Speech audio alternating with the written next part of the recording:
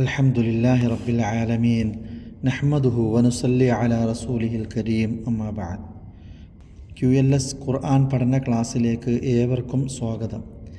ഇന്ന് നമുക്ക് പഠിക്കുവാനുള്ളത് സൂറത്തുൽ ഹുജറാത്തിലെ 5-ാം നമ്പർ ആയത്താണ്.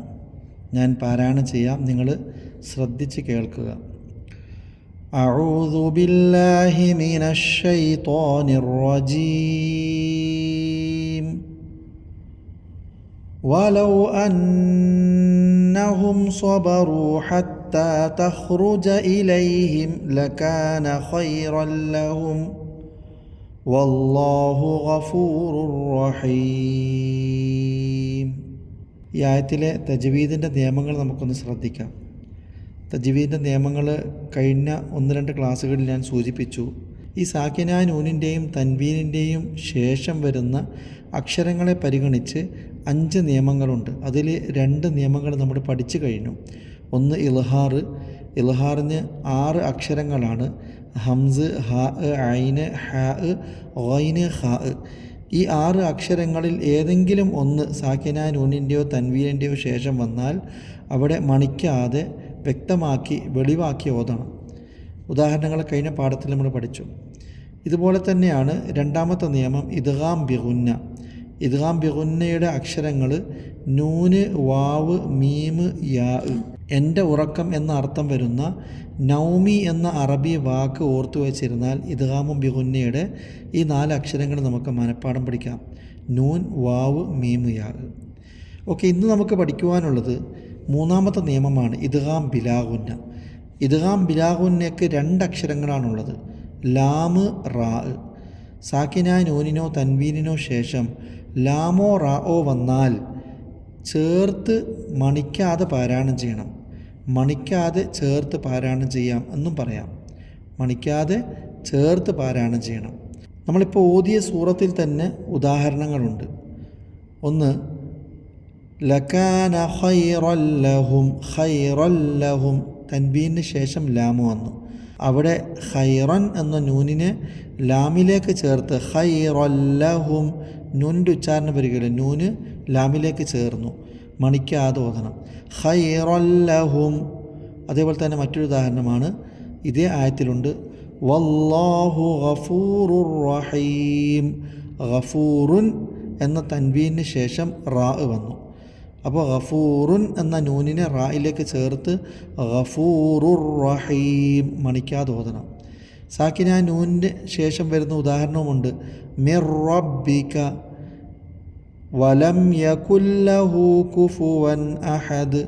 സാക്കിന നൂനിനോ തൻവീനോ ശേഷം ലാമോ റാഓ വരികയാണെങ്കിൽ അവിടെ മണിക്കാതെ ചേർത്ത് പാരായണം ചെയ്യണം.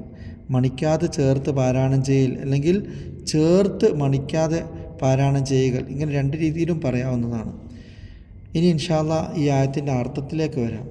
മഹാനായ റസൂൽ സല്ലല്ലാഹു അലൈഹി വസല്ലമയുടെ റൂമുകൾ അഥവാ നബി സല്ലല്ലാഹു അലൈഹി തങ്ങളുടെ പത്നിമാർക്ക് വേണ്ടിയിട്ട് ഓരോ റൂമുകളായിരുന്നു അന്ന് മദീനയിലെ ഖലീഫയായിരുന്ന വലീദ് ബിൻ അബ്ദുൽ മലിക്, അദ്ദേഹം ഖലീഫയായിരുന്ന സന്ദർഭത്തിൽ മസ്ജിദുൻ നബവി ഒന്ന് പുതുക്കി പണിയുകയും ഒന്ന് വിശാലമാക്കുന്നതിന് വേണ്ടിയും ആ റൂമുകളൊക്കെ ഒഴിവാക്കി ആ റൂമുകൾ നിൽക്കുന്ന സ്ഥലം പള്ളിയുടെ ഉൾപ്പെടുത്തുകയും ചെയ്തു. അന്ന് പലരും അഭിപ്രായ വ്യത്യാസങ്ങൾ പറഞ്ഞു. സയ്യിദ് ബിൻ മുസയ്യിബ് റളിയല്ലാഹു അൻഹു പറയുന്നു, ആ റൂമുകൾ അതേപോലെ നിലനിർത്തിയിരുന്നുവെങ്കിൽ പ്രവാചകൻ സല്ലല്ലാഹു അലൈഹി വസല്ലമയുടെ ലളിതമായ ജീവിതം പഠിക്കാൻ വളരെ നന്നായിരുന്നു.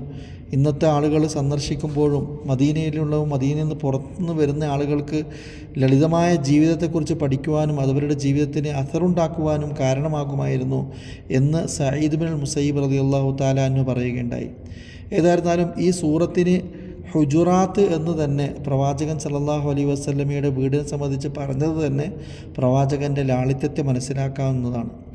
അങ്ങനെ നബി സല്ലല്ലാഹു അലൈഹി വസല്ലമ താമസിച്ചിരുന്ന റൂമിൻ്റെ അടുക്കൽ പ്രവാചകൻ സല്ലല്ലാഹു അലൈഹി വസല്ലമയെ കാത്ത് പ്രവാചകർ എപ്പോഴാണോ പുറത്തേക്ക് വരുന്നത് അപ്പോൾ സ്വഹാബികൾ സംസാരിക്കുകയാണ് പതിവ്. നബി സല്ലല്ലാഹു അലൈഹി വസല്ലം തങ്ങളെ കാണുവാൻ വേണ്ടിയിട്ട് ഒരു സംഘം ബനൂ തമീമിൻ്റെ ഗോത്രക്കാർ വന്നപ്പോൾ അവർ യഥാർത്ഥത്തിൽ ഗ്രാമീണരായ ആളുകളാണ്. സംസ്കാരമോ മറ്റോ ഇല്ലാത്തതിൻ്റെ പേരിൽ അവർ പ്രവാചകൻ സല്ലല്ലാഹു അലൈഹി വസല്ലമയെ ഉറക്കെ വിളിക്കുകയുണ്ടായി. നബി സല്ലല്ലാഹു അലൈഹി വസല്ലമയോട് ഇങ്ങോട്ടൊക്കെ പുറത്തേക്ക് വരിക, അഖ്രിജ് ഇലൈന യാ മുഹമ്മദ്, അത്തരത്തിലുള്ള സംസാരങ്ങൾ, നബിയെ നിങ്ങൾ വരാതിരിക്കുന്നത് നിങ്ങൾക്ക് ഷെയ്മാണ്, നമ്മുടെ കൂട്ടത്തിൽ ഷായറുകളുണ്ട്, കവികളുണ്ട്, നമ്മുടെ കൂട്ടത്തിൽ പ്രസംഗിക്കുന്ന ആളുകളുണ്ട് എന്നൊക്കെ പറഞ്ഞ് പ്രവാചകനെ ഇങ്ങനെ നിരന്തരം വിളിച്ച് ശല്യപ്പെടുത്തിക്കൊണ്ടിരുന്നു. അങ്ങനെ മഹാനായ റസൂൽ സല്ലല്ലാഹു അലൈഹി വസല്ലമ ളുഹറിൻ്റെ സമയമായപ്പോൾ പള്ളിയിലേക്ക് പുറത്തേക്ക് വരികയുണ്ടായി. പ്രവാചകൻ സല്ലല്ലാഹു അലൈഹി വസല്ലമ നമസ്കാരത്തിനായി പോകുന്ന വഴിയിൽ അവർ പ്രവാചകനെ ചുറ്റിപ്പറ്റി കൂടിയിരിക്കുകയും പ്രവാചകരോട് പറഞ്ഞു, നമുക്കൊരല്പം സംഭാഷണം നടത്താം, ഒരു മത്സരം നടത്താം, നമ്മുടെ കൂട്ടത്തിൽ പ്രസംഗിക്കുന്ന ആളുണ്ട്, അതേപോലെ തന്നെ പദ്യമാലപിക്കുന്നവരുണ്ട്. പ്രവാചകൻ അവരോട് മറുപടി പറഞ്ഞു, ഞാൻ കവിതയുമായി നിയോഗിക്കപ്പെട്ടയാളോ അല്ലെങ്കിൽ അഭിമാനത്തിന് വേണ്ടിയിട്ട് കൽപ്പിക്കപ്പെട്ടയാളോ അല്ല എന്ന് പറഞ്ഞ് പ്രവാചകൻ സല്ലല്ലാഹു അലൈഹി വസല്ലം ലളിതമായിട്ട് അവർക്ക് മറുപടി കൊടുക്കുകയുണ്ടായി. അങ്ങനെ വന്ന ഗോത്രത്തിൽ നിന്നും ഒരു യുവാവ് പ്രസംഗിച്ചപ്പോൾ പ്രവാചകൻ സല്ലല്ലാഹു അലൈഹി വസല്ലമയുടെ ഒരു സംഭാഷണം നടത്തുന്ന ആളായിരുന്ന സാബിത്ത് ബിൻ ഖൈസ് റളിയല്ലാഹു അൻഹുവിനോട് മറുപടി പറയാൻ പറഞ്ഞപ്പോൾ അദ്ദേഹം മറുപടി പറയുകയും പിന്നീട് അവരിൽ നിന്നുമുള്ള ഒരു യുവാവ് പദ്യം ആലപിച്ചപ്പോൾ നബിയുടെ കവിയായ ഹസ്സാൻ ബിൻ സാബിത്ത് റളിയല്ലാഹു തആല അൻഹുവിനോട് മറുപടി പറയാൻ പറഞ്ഞപ്പോൾ അദ്ദേഹം പദ്യത്തിന് മറുപടിയായിട്ട് പദ്യം ആലപിക്കുകയും ചെയ്തു. പിന്നീട് അവരുടെ ഗോത്രത്തിലെ പ്രധാനി സംസാരിച്ചു, നിങ്ങളുടെ കവിയും നിങ്ങളുടെ പ്രസംഗവും ഒക്കെ വളരെ നന്നായിരിക്കുന്നു എന്ന് പറഞ്ഞ് അവർ ഇസ്ലാം സ്വീകരിക്കുകയും നബി സല്ലല്ലാഹു അലൈഹി വസല്ലം നിങ്ങൾക്ക് അവരെ വസ്ത്രമണിയിക്കുകയും അതേപോലെ തന്നെ അവർക്ക് സമ്മാനം നൽകുകയും അവർ തിരിഞ്ഞു പോവുകയും ചെയ്തു. ഇതുമായി ബന്ധപ്പെട്ടിട്ടാണ് ഈ പറയപ്പെട്ട മുകളിലെ 2 ആയത്തും ഈ ആയത്തും അവതരിക്കുകയുണ്ടായിരുന്നത്. ഏതായിരുന്നാലും അല്ലാഹു സുബ്ഹാനഹു വ തആല ഈ ആയത്തിലൂടെ സൂചിപ്പിക്കുന്നത് വലൗ അന്നഹും സ്വബറു, അന്നഹും എന്ന് പറഞ്ഞാൽ തീർച്ചയായിട്ടും അവർ, സ്വബറു അവർ ക്ഷമിച്ചിരുന്നുവെങ്കിൽ, സ്വബറു ബഹുവചനമാണ്. ലൗ എന്നുള്ളത് സ്വബറ എന്നുള്ള ഫിഅലുമായി ചേരുമ്പോഴാണ് അർത്ഥം വരിക. അപ്പോൾ വലൗ അന്നഹും സ്വബറു, തീർച്ചയായിട്ടും അവർ ക്ഷമിച്ചിരുന്നുവെങ്കിൽ, ആരാണ് ഈ വന്ന കൂട്ടർ, നബി സല്ലല്ലാഹു അലൈഹി വസല്ലമയെ വിളിച്ച് ശല്യം ചെയ്യാതെ ക്ഷമിച്ചിരുന്നുവെങ്കിൽ എന്നർത്ഥം. ഹത്ത തഖ്റുജ ഇലൈഹിം, അള്ളാഹു നബിയോട് പറയുകയാണ്, ഹത്ത തഖ്റുജ ഇലൈഹിം, താങ്കൾ അവരിലേക്ക് പുറപ്പെട്ട് ചെല്ലുന്നത് വരെ അവർ ക്ഷമിച്ചിരുന്നുവെങ്കിൽ. ഖറജ പുറപ്പെടുക, തഖ്റുജു നബിയെ അങ്ങ് പുറപ്പെടുന്നു, ഹത്ത തഖ്റുജ അങ്ങ് പുറപ്പെടുന്നത് വരെ, ഇലൈഹിം അവരിലേക്ക് അങ്ങ് പുറപ്പെട്ട് ചെല്ലുന്നത് വരെ അവർ ക്ഷമിച്ചിരുന്നുവെങ്കിൽ, ലകാന ഖൈറൻ ലഹും അതവർക്ക് ഏറ്റവും ഉത്തമമായേനെ, അതാണ് ഏറ്റവും നല്ലത്. അവർ ക്ഷമിക്കുക എന്നുള്ളത്, അല്ലെങ്കിൽ അവർ പ്രവാചകനെ പ്രതീക്ഷിച്ചിരിക്കുക എന്നുള്ളതാണ് ഏറ്റവും നല്ല കാര്യം എന്ന് അല്ലാഹു സുബ്ഹാനഹു വ തആല സത്യവിശ്വാസികൾക്ക് പ്രവാചകനോടുള്ള മര്യാദയെയും ബഹുമാനത്തെയും പഠിപ്പിച്ചു കൊടുക്കുകയാണ്. എന്നിട്ട് അല്ലാഹു പറഞ്ഞു, വല്ലാഹു ഗഫൂറുർ റഹീം, അല്ലാഹു സുബ്ഹാനഹു വ തആല ഗഫൂറുൻ ധാരാളം പാപങ്ങൾ മാപ്പാക്കുന്നവനും റഹീമും കരുണാനിധിയുമാണ്. ഇവിടെ വളരെ സിമ്പിളായ അർത്ഥമാണ്. അള്ളാഹുവിൻ്റെ റസൂൽ സല്ലല്ലാഹു അലൈഹി വസല്ലം തങ്ങളോട് കാണിക്കേണ്ട മര്യാദയെ സംബന്ധിച്ചാണ് ഈ ആയത്തിലോട് മുമ്പുള്ള ആയത്ത് പോലെ നമ്മളോട് സൂചിപ്പിച്ചിട്ടുള്ളത്.